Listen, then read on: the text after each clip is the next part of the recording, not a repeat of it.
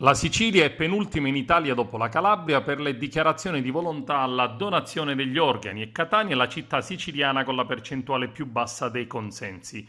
Solamente Enna e Trapani sono le città che superano la sufficienza. Sono i dati pubblicati dal rapporto Indice del Dono 2019 elaborato dal Centro Nazionale Trapianti per valutare i risultati della raccolta delle dichiarazioni attraverso il rilascio e il rinnovo della carta d'identità elettronica.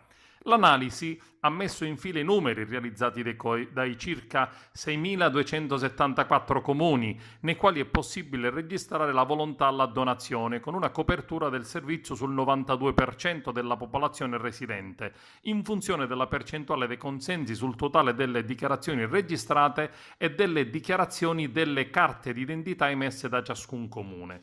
Tra i capoluoghi siciliani la peggiore è Catania, dietro a Ragusa, Caltanissetta, Agrigento e Messina. Sotto la media nazionale c'è anche Palermo, dove però il dato raccolto è parziale perché è ultima fra i capoluoghi italiani ad attivare la carta d'identità elettronica, dove è obbligatorio indicare la dichiarazione di volontà. Il gap tra nord e sud in tema di volontà alla donazione emerge anche nel confronto fra le regioni. L'indice più alto del 2019 lo ottiene la Val d'Aosta, seguita dalla provincia autonoma di Trento e dalla Sardegna.